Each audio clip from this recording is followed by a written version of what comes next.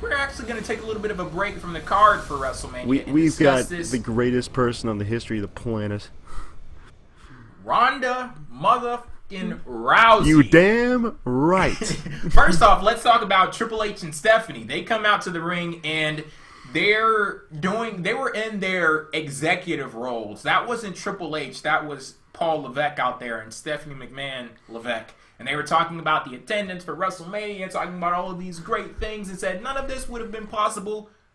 Boop, let's flip that switch to Stephanie McMahon Helmsley without me. And they turn on their heel personas and they go off and The Rock comes out there. And I thought it was so funny because people were so sure that The Rock was not going to be at WrestleMania because he was at Saturday Night Live in New York last night.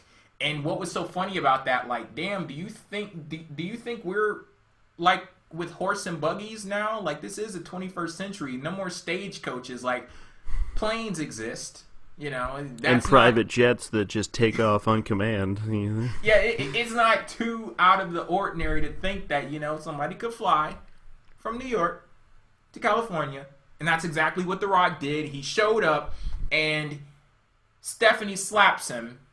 And she starts talking about, oh, you're not going to put your hands on a woman, which I thought was hilarious because it's like, we just saw you slap him, and oh, now he can't hit your ass back. Not to mention he's probably rock bottomed her like 6 times. But somebody posted a picture on Twitter of him giving her the people's elbow, you know, back in the day.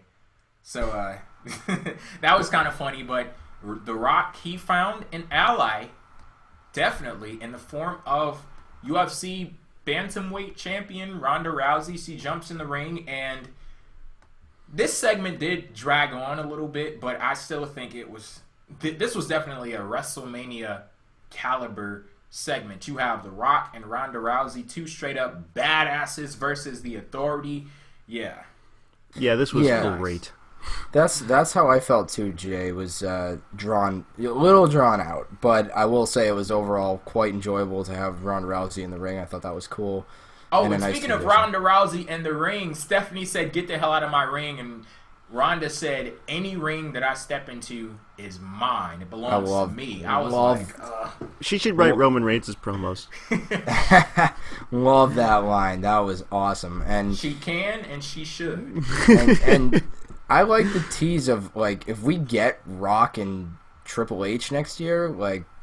How about Rock and Ronda versus Triple H and Stephanie? I would not have a damn problem with that. Ronda versus Triple H and Stephanie, and that's still like a no contest. Ronda had that one back. Didn't she hip toss Triple H?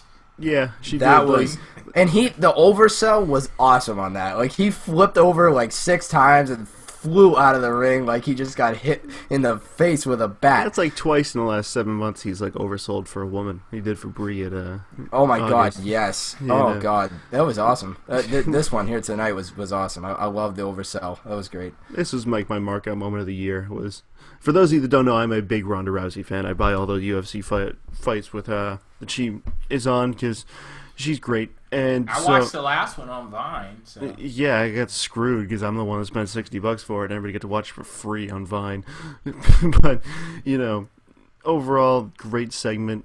You know, at first I was like, why are they... Oh, you know, that okay, and everything kind of worked out really well.